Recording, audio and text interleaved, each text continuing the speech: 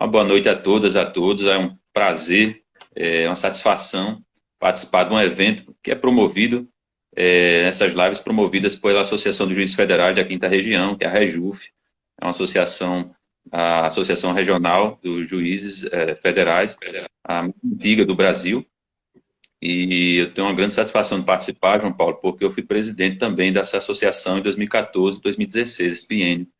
E fico muito feliz quando a associação promove tanto o crescimento da associação, o seu trabalho, né, na defesa das prerrogativas dos magistrados, prerrogativas que não são só salariais, né? Às vezes a gente tem essa impressão de associação corporativa, associação de classe, mas é uma associação que promove também a defesa da instituição, do Estado de Direito, do Poder Judiciário, né, da independência do Poder Judiciário, que é muito importante para o funcionamento do Estado Democrático de Direito, ainda mais nesses tempos que nós estamos vivenciando.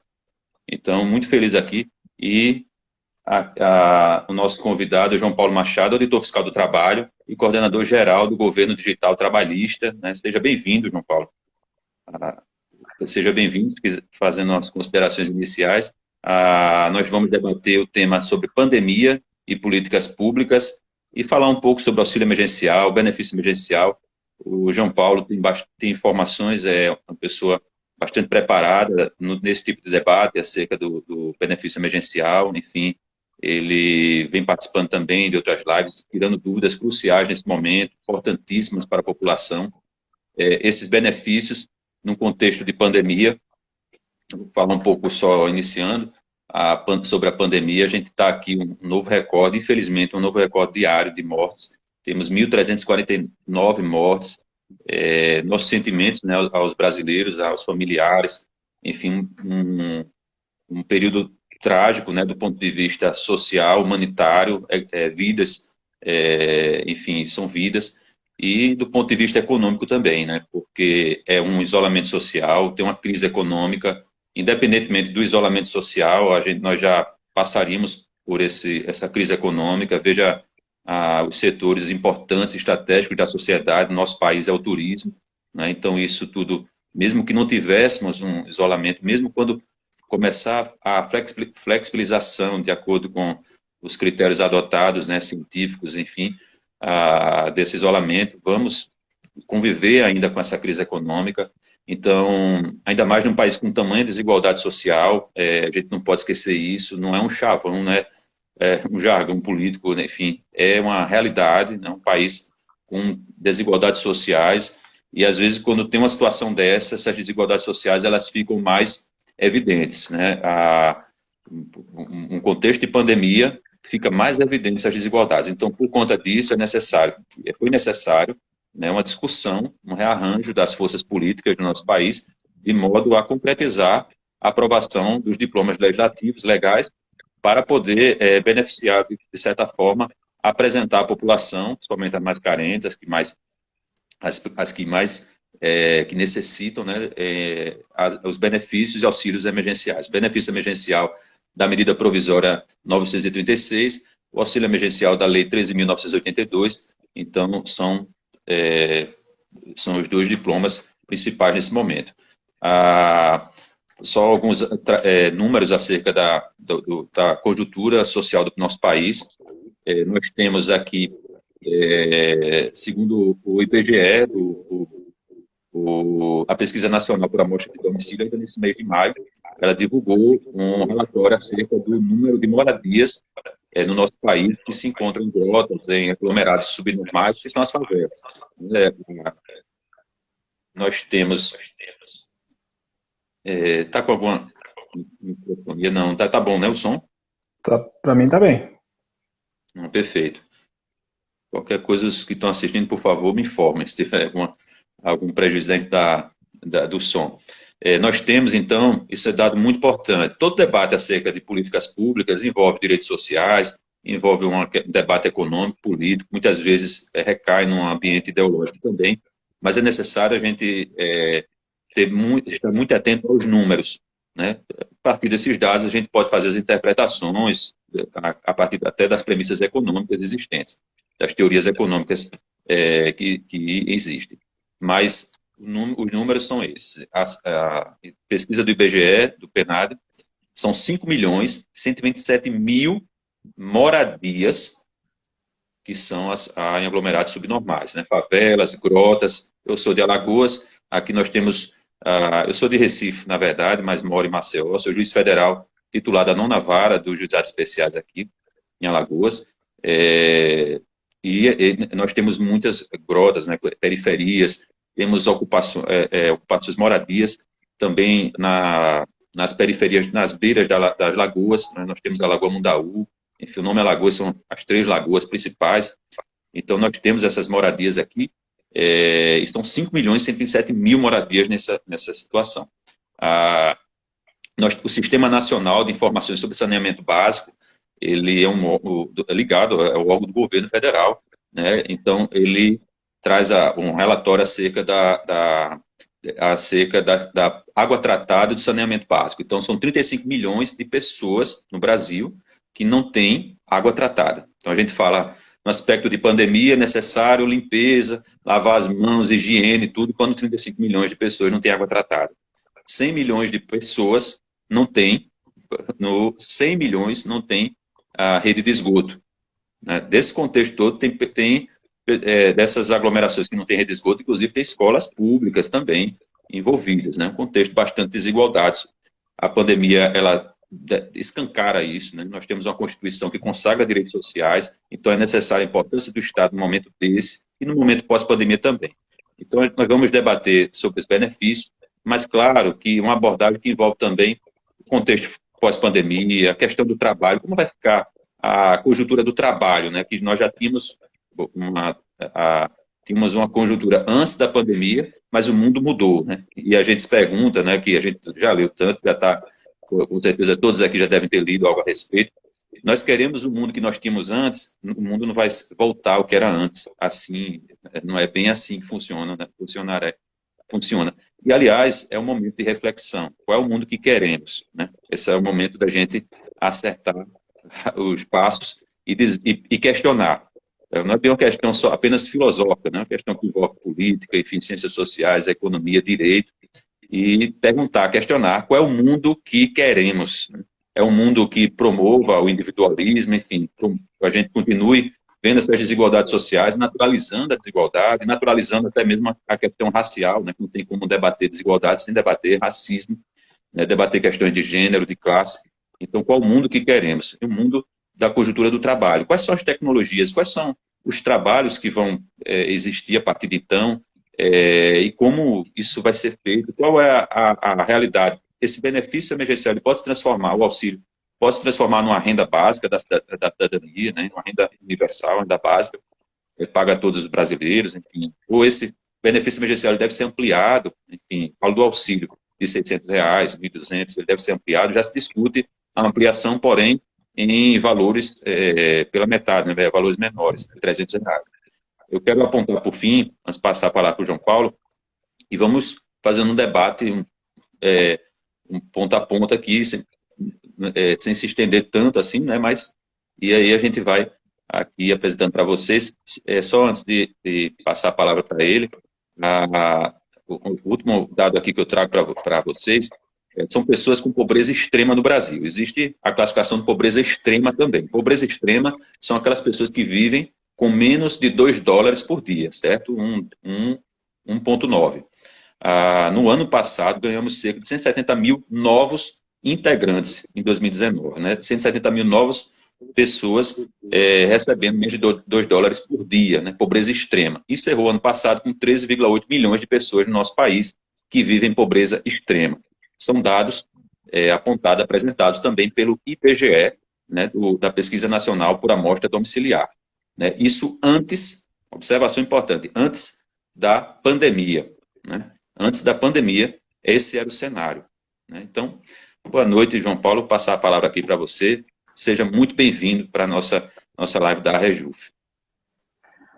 Muito boa noite, Antônio, a todos que nos assistem. Um grande prazer poder estar aqui falando em parceria com a Rejuf, né, Escola Rejuf, e especialmente nesse momento poder falar um pouco da questão da importância que tem o Estado, um Estado forte, um Estado presente em momentos, especialmente como esses, que a população precisa de apoio.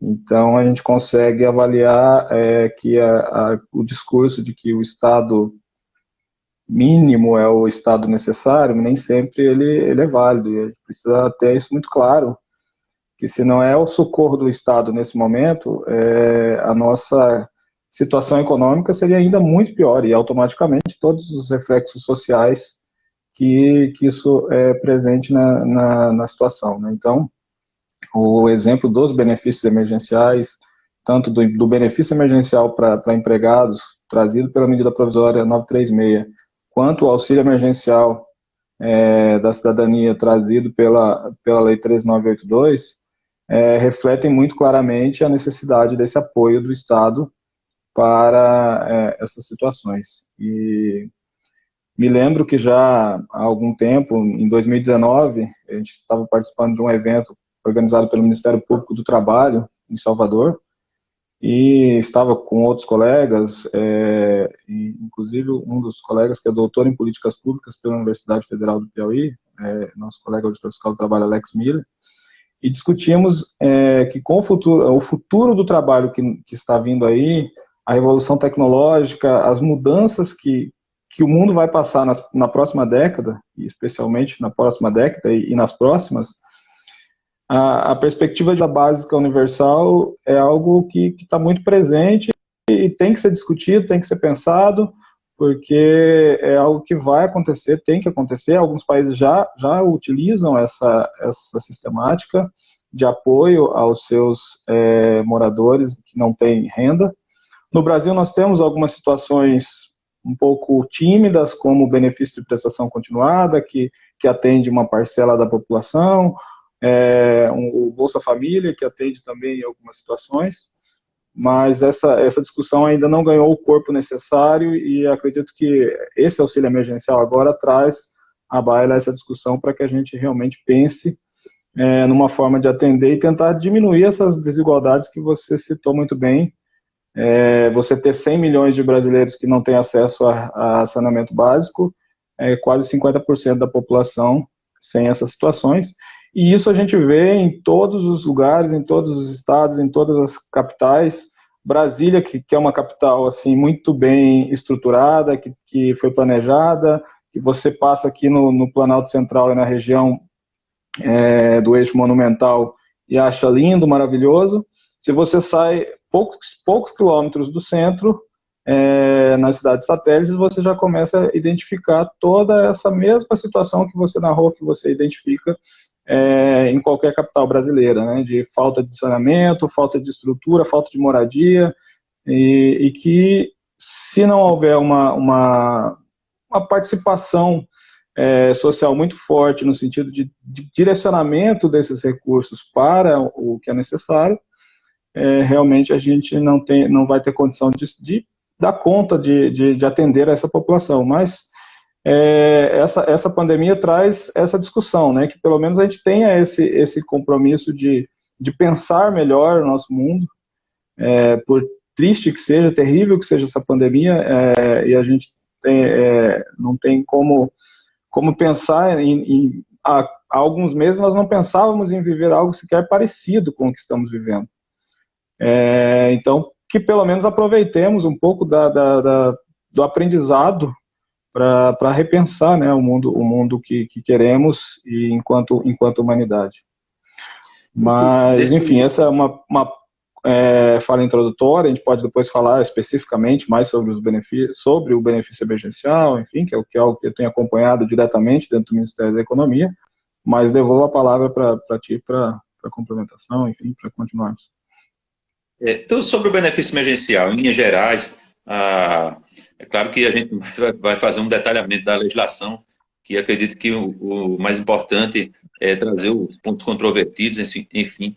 Mas qual o objetivo do benefício emergencial? Quais são o objetivo, claro, e os requisitos, né, para se obter o benefício emergencial, que é da medida provisória, né? 9 é a...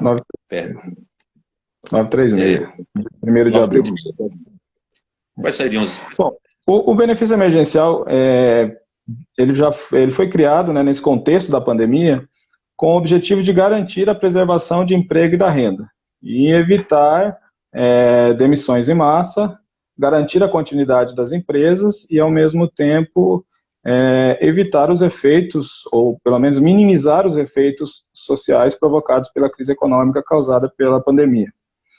Então, a gente verifica pelos resultados do CAGED do mês de abril que realmente o benefício trouxe contribuições importantes para essa situação, porque o CAGED teve uma redução em abril histórica, foram 860 mil vínculos a menor, né? Então, assim, você teve uma perda de empregos de 860 mil postos de trabalho, porém, isso não se concentrou num aumento muito grande das demissões, e sim numa redução muito grande das contratações. Enquanto no ano passado as demissões tinham ficado em torno de 1.200.000, 1.300.000, neste ano elas passaram para 1.500.000 aproximadamente. E já as contratações, que eram também algo em torno de 1.300.000, elas reduziram para 600.000. Então, isso que gerou todo esse déficit. Se não houvesse essa possibilidade dos empregadores de suspender os contratos ou reduzir a jornada dos seus trabalhadores, com certeza esse número de demissões seria muito maior também nesse mês de abril passado e esse número seria ainda muito mais negativo. Então, a medida provisória ela traz a possibilidade da empresa suspender os contratos de trabalho dos seus trabalhadores por até 2 meses, né, até 60 dias. Nesse período, a empresa que teve faturamento de até 4,8 milhões de reais, são aquelas empresas pequenas empresas, elas não precisam fazer por qualquer pagamento, e o governo vai pagar 100% do valor que o empregado teria direito ao seguro-desemprego. Lembrando que a ideia do benefício é uma preservação do emprego e da renda, mas ele não garante exatamente a mesma renda do trabalhador, porque o teto do benefício do seguro-desemprego é de R$ 1.814. Então, se um trabalhador tem um salário superior a isso, ele vai ser no máximo, superior a R$ 2.566, ele vai receber R$ 1.814. Então, para trabalhadores que têm uma renda maior, né, há uma redução, sim, significativa até em algumas situações.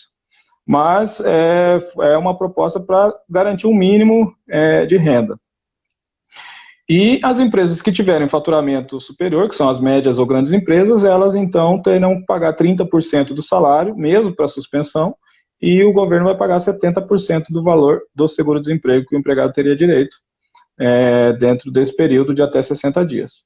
E uma outra opção de benefício é a redução da jornada em 25%, 50% ou 70%, quando também o empregador mantém o pagamento do salário da parte que continua o trabalho e o governo faz o pagamento do percentual também relativo ao seguro-desemprego, que o empregado teria direito, para aquele período que foi reduzida a sua jornada.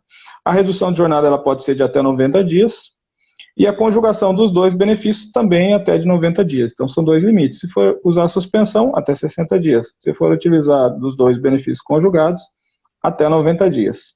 Pode acontecer que esses prazos sejam aumentados, uma vez que vai se avaliar toda a recuperação econômica, enfim, os efeitos da pandemia nos próximos meses. A perspectiva de vigência da medida provisória para os benefícios é até o fim da calamidade pública, que, de acordo com o decreto legislativo número 6, está previsto para término em 31 de dezembro de 2020. Se esse prazo não for alterado para frente ou para trás, é dia 31 de dezembro, que é o prazo máximo para a utilização dos benefícios. Mas alguns empregadores, por exemplo, já se utilizaram a medida provisória do dia 1º de abril e já foram utilizados os 60 dias de suspensão e já estão até, inclusive, utilizando-se do 3º mês do benefício em redução de jornada, ou em alguns casos está no 3º mês de redução também, não se utilizou em suspensão, para ver o quanto a situação era calamitosa, podemos dizer, para as empresas, empregadores, nesse momento de fechamento, né, que teve um fechamento muito grande das atividades, especialmente em alguns ramos de atividades, alguns até que continuaram, né, como atividades essenciais.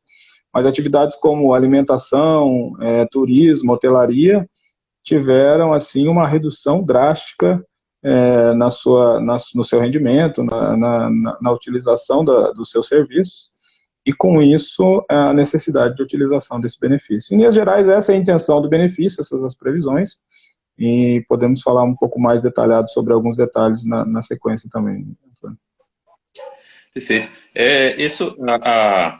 Essa medida provisória, ela engloba, né, claro, os empregados formais, mas num país, né, que tem muita informalidade, né, muito chamado nome, a nova classificação, né, uberização do trabalho, os uberizados, enfim, muitos informais, e para isso nós temos também a lei 13.982, né, que trouxe esse auxílio emergencial, cuja previsão seria o pagamento por 3 meses, no valor de R$ 600 ou 1.200, enfim, de acordo com o preenchimento dos requisitos, basicamente maior de 18 anos, né, salvo no caso de mães e adolescentes, não tendo emprego formal, né, ativo, não ser titular de benefício previdenciário assistencial, beneficiário do seguro-desemprego, de programa de transferência de renda federal, com exceção, cuja renda familiar mensal por pessoa de até meio salário mínimo, ou a renda familiar mensal total seja de até 3 salários mínimos. E que no ano de 2018 não tenha recebido rendimentos tributáveis acima de R$ 28.559,70, que exerça atividade na condição de microempreendedor individual, né, contribuinte individual do regime geral de previdência social, trabalhador informal, seja empregado, autônomo, desempregado, qualquer natureza, inclusive intermitente inativo, né, inscrito no cadastro único para programas sociais do governo federal. Em relação, basicamente, são as linhas gerais do auxílio emergencial, mas os pontos, né, que nos trazem a nossa preocupação, principalmente nós que trabalhamos nos juizados especiais federais, justamente, o primeiro vou fazer uma introdução sobre o benefício no seguinte aspecto. O benefício foi concedido, foi pago, mas tivemos o quê? As grandes aglomerações, né, de filas, enfim, as pessoas correndo atrás de benefício, sem as medidas necessárias para a segurança, o isolamento, enfim, pessoas muito próximas. Esse foi o cenário que nós presenciamos através da imprensa.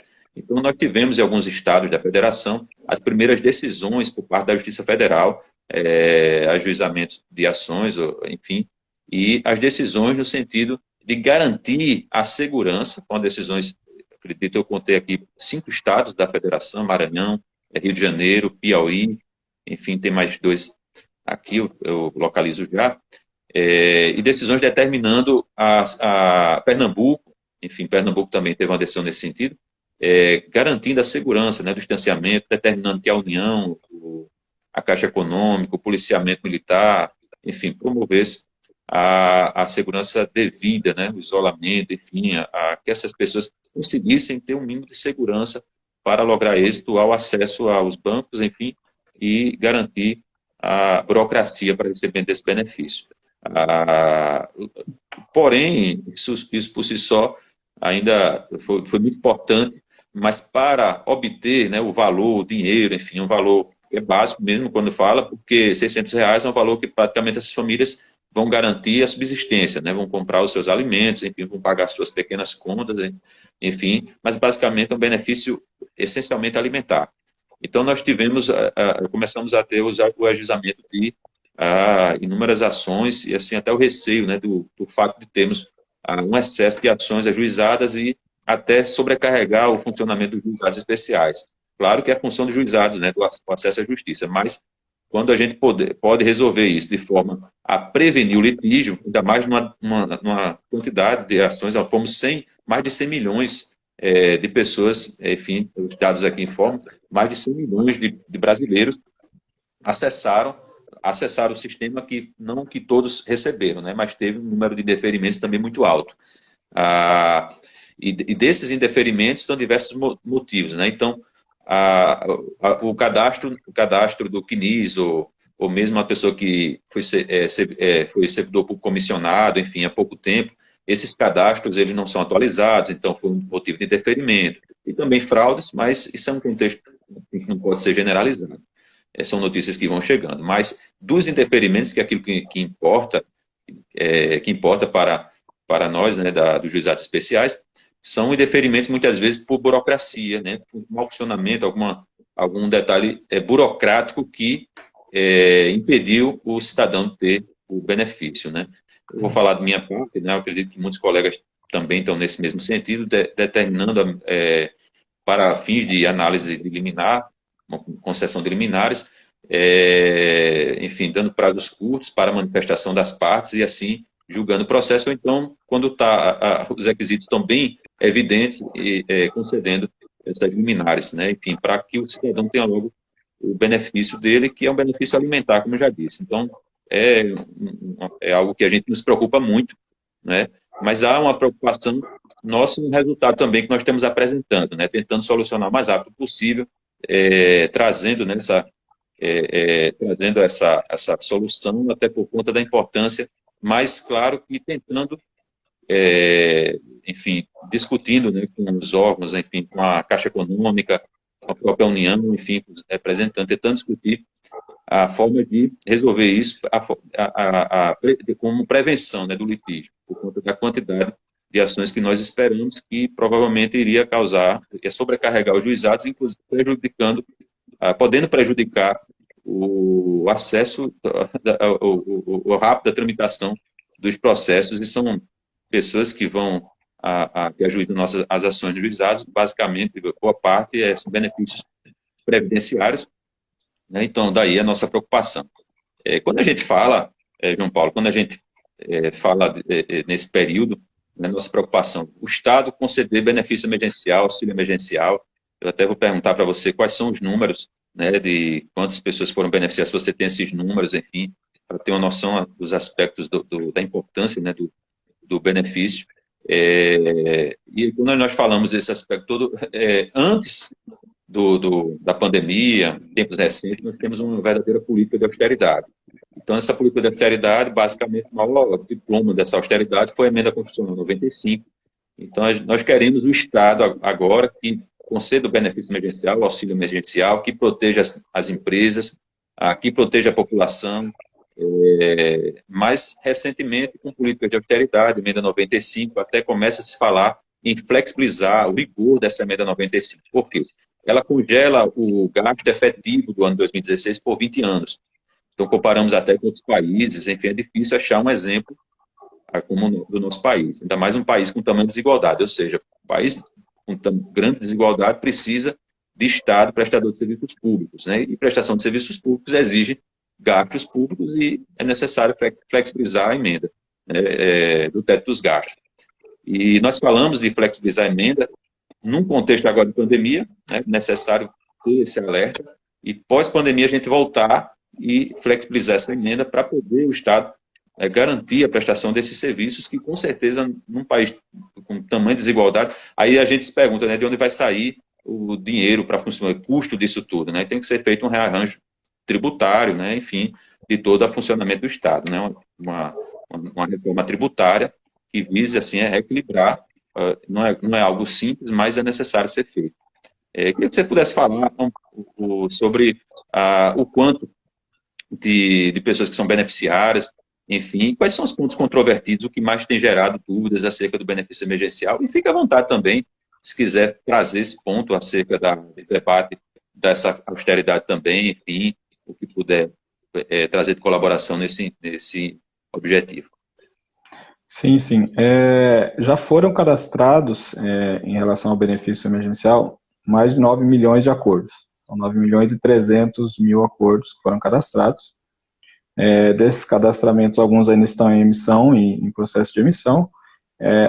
Até a semana passada, o valor que estava de pagamento já estava em 6 bilhões de reais, para algo em torno de 6 milhões de benefícios. Com a atualização dessa semana, deve chegar próximo de 8 a 9 bilhões de reais esse pagamento do benefício emergencial. E então você vê que realmente é uma grande monta, é um valor significativo, e que mostra isso que você falou realmente, o congelamento das despesas públicas conforme previsto na emenda constitucional, é algo muito controvertido e que o momento, inclusive, demonstra que, enfim, precisa ser muito bem pensado se está correto, porque, inclusive, teve que ser declarada a calamidade pública para que o Estado pudesse descumprir a regra de ouro e todas as demais exigências que bloqueavam esses gastos para poder atender a necessidade da população. Então, assim, eu também, particularmente, entendo que não é uma coisa que traga vantagem esse congelamento, todo esse enxugamento, essa diminuição do Estado e dos investimentos, porque o investimento do Estado é fundamental para que a economia avance. Em relação ao benefício, tem alguns questionamentos que estão chegando no chat aqui, por exemplo, que é algo que poderia ir bater na Justiça Federal, porque é uma questão um pouco previdenciária. A empregada gestante que tiver o contrato suspenso, é uma dúvida, porque a medida provisória fala que ela pode contribuir como empregada, como facultativo naquele período da suspensão do contrato, qualquer trabalhador. Então a dúvida ela para receber, ela vai ser considerada facultativa? Não, porque o vínculo existe um vínculo de emprego, então ela tem um vínculo com a empresa, né, com o empregador, e caso aconteça o parto durante a suspensão, esse benefício tem que ser imediatamente suspenso, o benefício emergencial, para início do salário maternidade, como empregada, com o seu salário normal e sem eventual redução, mesmo que seja numa redução de jornada também, ela teria que acontecer esse encerramento do benefício e o pagamento do salário maternidade como empregada e não como facultativo. Assim como você falou em relação às bases para a concessão do benefício do auxílio emergencial, para a concessão do benefício emergencial também está se buscando bases governamentais. Claro que a base para trabalhadores ela acaba sendo um pouco mais controlada, né? Ela tem uma qualidade melhor de dados do que a base que é usada para o auxílio, até pela quantidade também. E pelo fato de que não há problemas em você ter um vínculo aberto, por exemplo, para você receber o benefício emergencial, enquanto no auxílio emergencial é muito comum que o empregado tenha lá uma situação de um vínculo que está aberto, que não foi comunicado pelo seu empregador, e isso leva na hora da concessão a identificar que ele possa ter uma renda, alguma coisa nesse sentido. Então, mas as bases apresentam eventualmente alguma divergência e isso acaba trazendo retardamento nesses processos, mas ainda assim o pagamento dos benefícios que foram encaminhados diretamente para pagamento sem qualquer negativa ou notificação de correção, ele é algo em torno de 93% dos cadastros realizados. Então, é um número até razoável, significativo, que tem sido feito para que os pagamentos tenham sido feitos automaticamente. Porque, como eu falei, as bases hoje do governo estão muito mais atualizadas por um investimento feito já há algum tempo dos órgãos trabalhistas na qualificação dessas bases. Têm sido melhoradas. O CNIS é a principal base dessas informações, mas alimentado pela E-Social, pela GFIP, especialmente, e essa qualificação das informações foi algo que o Estado tem participado. Eu acompanho isso, porque o E-Social é um dos projetos que está sob a gestão da minha coordenação geral dentro da Secretaria Especial de Previdência e Trabalho, e a gente sabe o quanto isso faz diferença, o quanto você tem informação de qualidade é suficiente para que a política, é importante para que a política pública seja melhor feita, para que você consiga efetivamente distribuir, porque se você não tem informação, você não consegue sequer identificar para onde que você tem que seguir e investir, né? Pois bem, então, um número aqui que eu trago, dos 107 milhões de pedidos em relação ao auxílio emergencial, 59 milhões, segundo a Caixa Econômica, 59 milhões tiveram benefício aprovado e 42 milhões foram considerados inelegíveis. É muita gente, né? É muita coisa. 59 milhões estão recebendo e 42 milhões inelegíveis. Desses 42 milhões, pode ser os indeferimentos, né, corretos, enfim, realmente foram as pessoas que tentaram, arriscaram, enfim, não tem direito, não preencheu os requisitos, mas também pode ter muita gente aqui que já é suficiente para um número expressivo de ajuizamento de ações, né, nos juizados especiais. Eu tenho aqui algumas pessoas aqui que estão apresentando dúvidas, eu vou responder aqui duas, e tem uma aqui para você que eu já encontrei. Eu não consigo identificar o nome, me perdoe, é só algumas letras aqui, o nome desta pessoa aqui, mas ela pergunta: haverá perícia social para processos que têm como objeto auxílio emergencial? Bom, a princípio, talvez a perícia social, você se refere, seria a perícia do assistente social, né, no caso do assistente social, que algumas sessões judiciárias, alguns juízes, né, de sessões judiciárias, eles adotam essa perícia social também como complemento, né, como auxílio.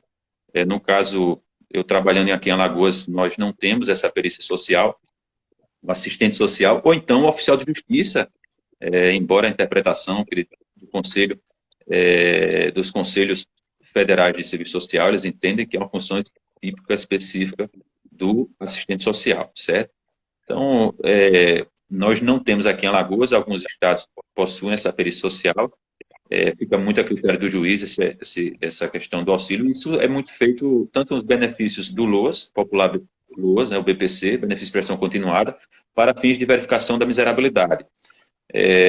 Nesse benefício, nesse auxílio emergencial, nós temos aqui o inciso 4 do artigo 2º da lei, que fala da renda familiar mensal por pessoa tem que ser inferior a meio salário mínimo, né? Ou renda familiar mensal total seja de até 3 salários mínimos.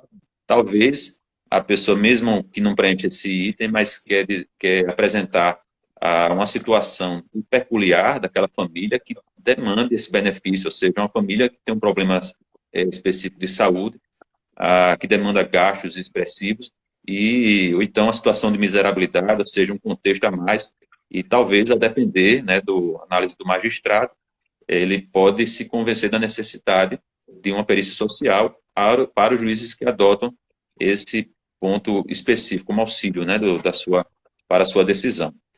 Mas eu creio, uma avaliação que eu faço, eu creio que a tendência da análise dos magistrados em relação, é uma avaliação que eu faço, claro, a tendência da análise dos magistrados que vão julgar esses processos é basicamente preenchimento dos requisitos e essa atualização, creio que é o grande problema, a atualização dos cadastros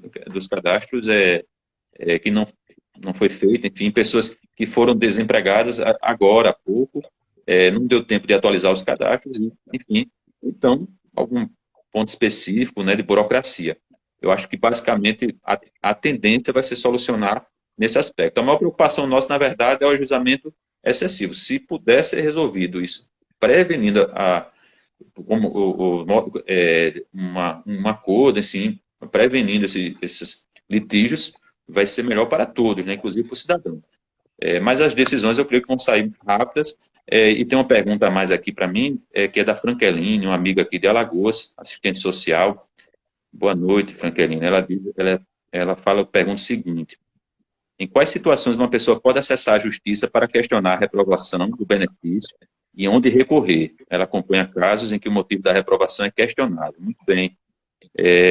Pode procurar um advogado, ou então através da Defensoria Pública, pode fazer um encaminhamento das pessoas, ser assistente social em Alagoas, e com certeza se depara com muitas questões de hipossuficientes, né, de pessoas residentes, pessoas carentes, pobres, enfim, elas podem acessar também na Defensoria Pública da União. Por sinal, minha esposa é Defensora Pública da União, que fica tem um atendimento, acredito que no site, eu posso até lhe passar, enfim, esse contato específico por parte, né, do atendimento da DPU nesse período, mas as pessoas estão procurando, inclusive, todas as ações que eu analisei recentemente, todas elas foram oriundas da Defensoria Pública. Ou procurar, caso tenha um advogado, o advogado também fica à vontade, enfim.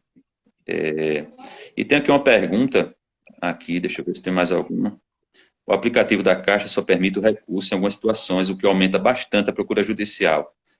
Bom, aqui em Alagoas, no caso aqui, eu vou falar que nós fazemos as reuniões, enfim, temos um grupo até temos um colega da magistratura que participa, né, dessa discussão, mas, enfim, infelizmente, as pessoas estão ajuizando porque a questão não foi totalmente resolvida nesse âmbito, né? Tem uma pergunta aqui para você, João Paulo, deixa eu encontrar aqui. Aqui, João Paulo, por gentileza, me tira uma dúvida, é uma contadora. Inclusive, muitos contadores, né, estão querendo tirar dúvidas, né, eu vejo nas suas lives, assim que eu assisti recentemente.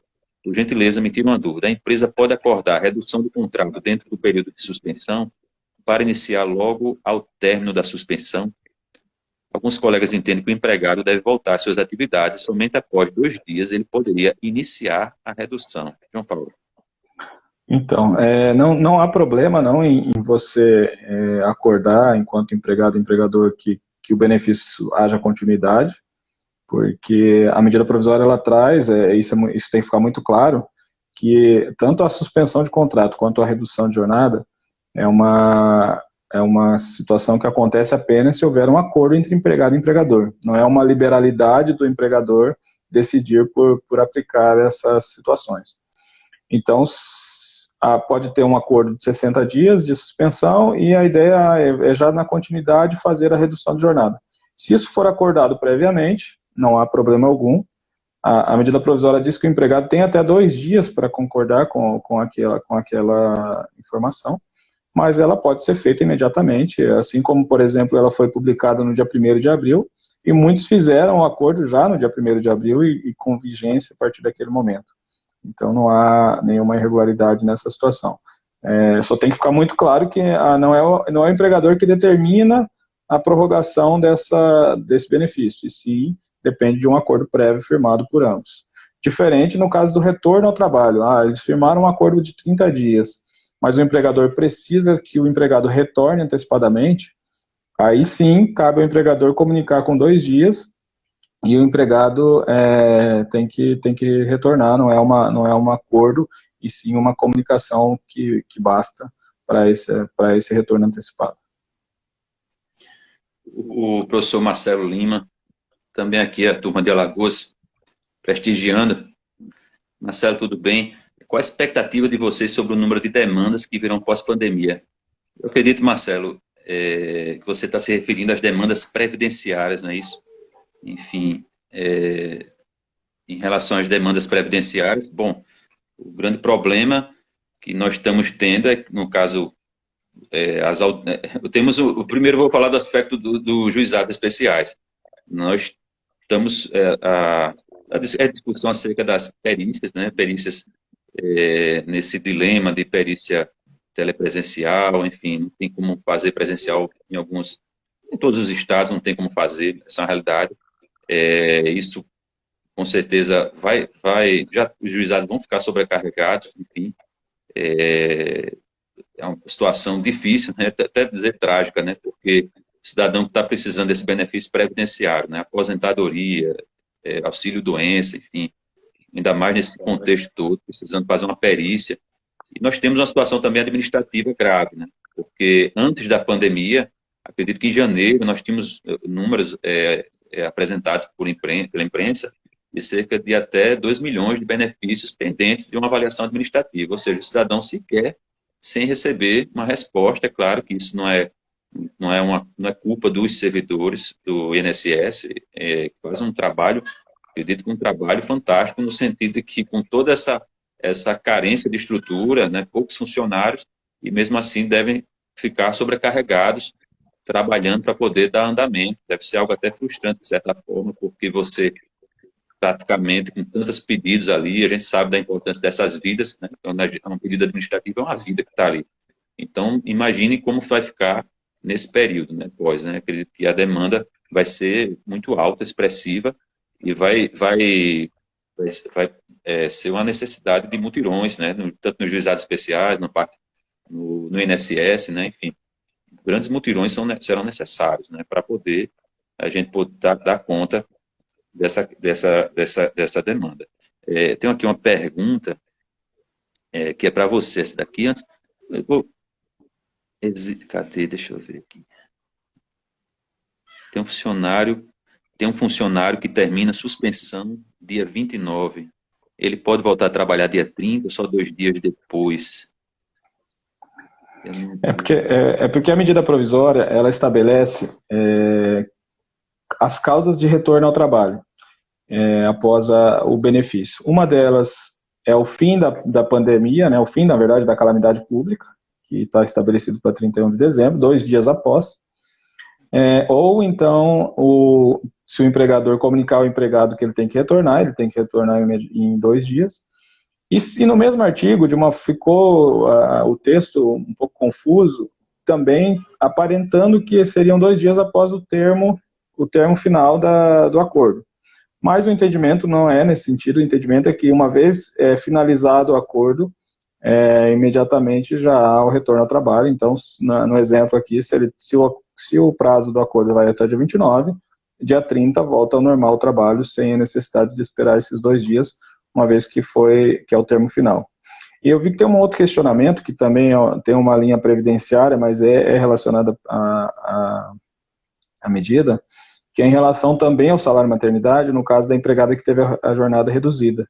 Ela também não pode ter o salário maternidade reduzido na hora do seu pagamento. Então, do mesmo caso, seja suspensão ou redução de trabalho, a empregada vai ter que ter o retorno, ou enfim, a antecipação do retorno ao trabalho, como se fosse retorno ao trabalho, ainda que seja para no dia imediatamente ela receber o salário maternidade. E esse salário maternidade tem que ser pago conforme o salário integral dela e não o salário reduzido. A Secretaria de Previdência já tem esse entendimento, possivelmente isso vai ser disciplinado, no sentido de que não há redução e que ela tem que sim receber o valor completo, e o empregador vai poder fazer a dedução da sua guia de pagamento com esse valor também correspondente ao valor de salário cheio da empregada. Eu tenho aqui uma pergunta, que acredito que já caminhamos para o final. Existe consenso de quem, Gabi Assunção, existe consenso de quem teria legitimidade passiva via ações com composições diversas do polo passivo. As pessoas ajuizam ação contra a União e a Caixa Econômica, e contra a União e a Caixa Econômica, às vezes, a discussão de quem vai pagar o benefício, enfim, a Caixa Econômica quer que seja bem, sugere, né, que seja bem delimitado no dispositivo da sentença, mas a decisão, ou se encaminha para a decisão condenando os entes, né, a Caixa e a União, ou então se faz a delimitação já no dispositivo, não tem problema algum, mas o ajuizamento pode ser feito em relação à Caixa e à União. Eu quero fazer aqui uma pergunta, até caminhando para o final, acredito que é 1 hora, que o Instagram permite, né, fazer, acho que a live dura 1 hora, então a gente está quase no final dela, e aí a gente saindo um pouco dessa discussão técnica acerca dos benefícios, né, e falando um pouco da renda universal. Em relação ao auxílio emergencial, já se fala em prorrogar e pagar, o governo fala em pagar R$300, enfim, eu entendo que é pouco, até por conta da situação que nós estamos tendo, praticamente vai se transformar num Bolsa Família, enfim, um pouco maior o valor em relação ao Bolsa Família. Mas a questão é se deve ou não ser prorrogado. Nós entendemos que deve ser prorrogado, né? Se exige isolamento social, ainda mais nessa questão, tem que ser pago um benefício para a população. Como é que você vai pegar o cidadão que mora numa moradia, enfim, quantos brasileiros moram nas favelas, nas periferias, bairros pobres, e não só lá, enfim, mesmo casas humildes, quantas pessoas moram naquele local, mesmo que se flexibilize o isolamento, passe um isolamento no futuro, um isolamento vertical, mas, enfim, desde que seja bem organizado, a definir através das secretarias de saúde, enfim, Ministério da Saúde, aspectos bastante técnicos, enfim, para a definição. Mesmo assim, o cidadão precisando se locomover de transporte público, voltar para sua casa, tendo pessoas com comorbidades, enfim, essa é uma situação bastante grave, enfim, exige a necessidade de pagamento dessas políticas emergenciais, políticas públicas, e a necessidade de ampliação do prazo, mas também a discussão de uma renda da cidadania. Então, você fez uma introdução acerca desse tema.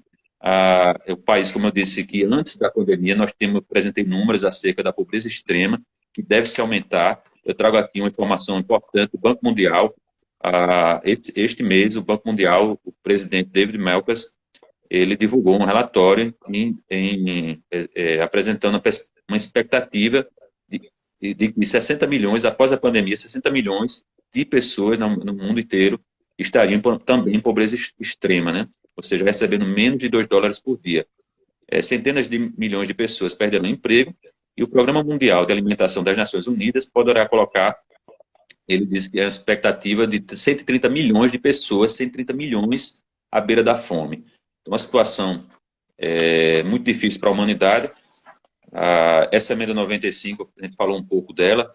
Enfim, eu tenho aqui a informação do Tribunal de Contas da União, o ministro Vital do Rego, ele fez um alerta, isso bem antes, né? Foi no ano seguinte à aprovação dessa emenda, que ou ela iria se flexibilizar, ou se flexibiliza a emenda constitucional do teto dos gastos, ou haveria uma paralisia dos serviços públicos no primeiro semestre de 2024. Uma previsão, um estudo que foi feito no Tribunal de Contas da União, e ele apresentou esse relatório, né?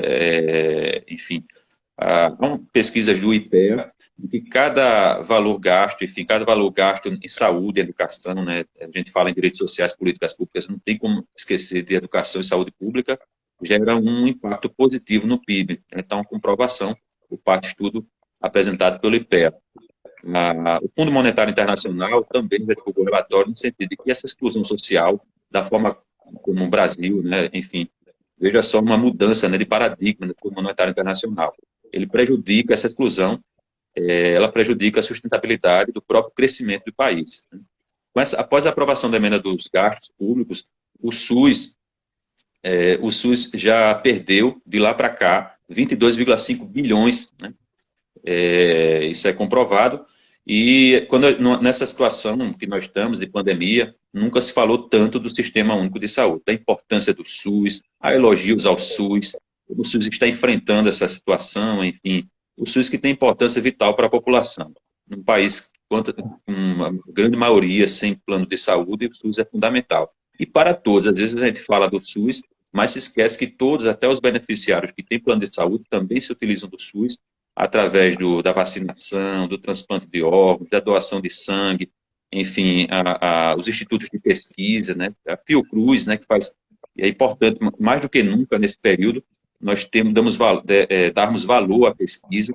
Então, ao passo que você pode falar mais um pouco da renda básica, da conjuntura do trabalho no pós-pandemia, e aproveitando o ensejo e fazendo sua explanação acerca do que você espera num pós-pandemia. Nós já verificamos que essa frase, estamos todos no mesmo barco, ela não é real, porque, na verdade, embora a pandemia ela atinja todas as pessoas, mas não da mesma forma.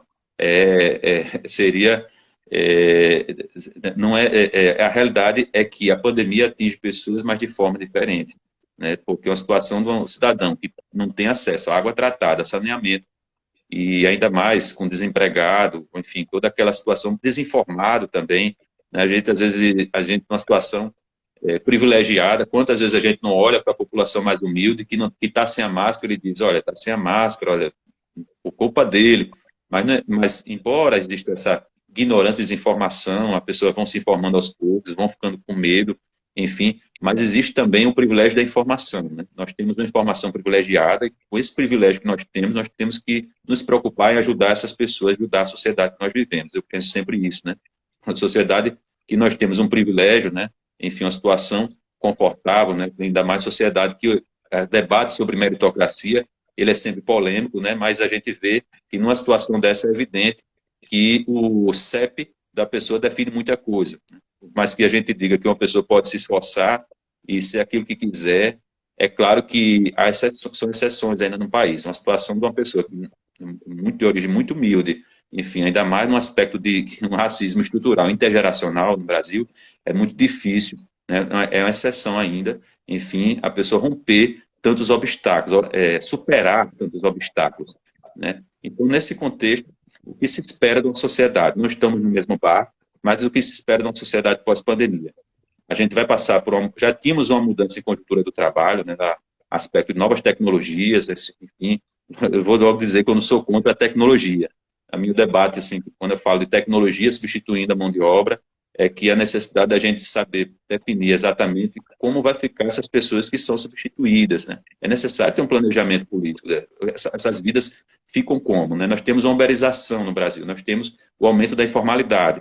E nesse aspecto todo de informalidade, vemos como as pessoas ficam desprotegidas numa situação ainda mais como essa, né? Porque quando a pessoa está na informalidade, a pessoa não tem o aspecto da formalidade, que não é só o salário, mas é a previdência social. Tivemos uma reforma da Previdência que fez algumas alterações, mas nós ainda temos um sistema de proteção social